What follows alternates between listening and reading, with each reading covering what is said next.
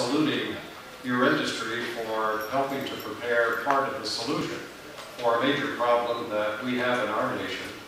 And that is that we have such a positive, comparatively speaking, of broadband adoption among our population.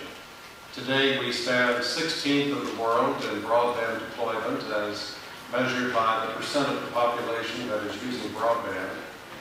And that's not an enviable standing for a country that invented the internet, although there's some dispute about who exactly did that. And for the country that continues to lead the world in the development of the most popular internet applications. We can do a lot better.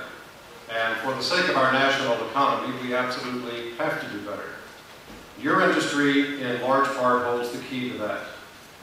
There are some parts of the country, largely the areas where broadband is not as available today, that are very difficult to serve by a wired provider.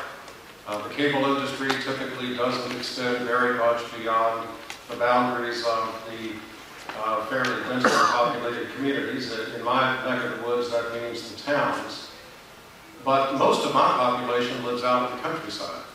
Now, most people have a telephone, but DSL only travels 3,000 feet from the central office, and then you have to put another remote terminal in to extend it further. All of that involves expense. And I've got one person on my staff who devotes most of her effort to trying to persuade the telephone companies in our area to put in those remote terminals. It's gotten to the point where she has to actually take surveys in neighborhoods of people who say, yes, if DSL service is provided, I will subscribe to it. And we almost have to provide a guarantee in our office that those numbers are genuine before we can persuade the local exchange carriers to extend DSL. It's just an enormous challenge. So I think there is some limit as to the ability of the wired providers to help us close the gap a lot further than they have at the present time, at least with their wired infrastructures. Wireless is the key. This is the way that we're going to elevate our standing. And I can hardly wait for the broad development of WiMAX. I know that there are many here who are helping to develop that technology, and I want to applaud you for it.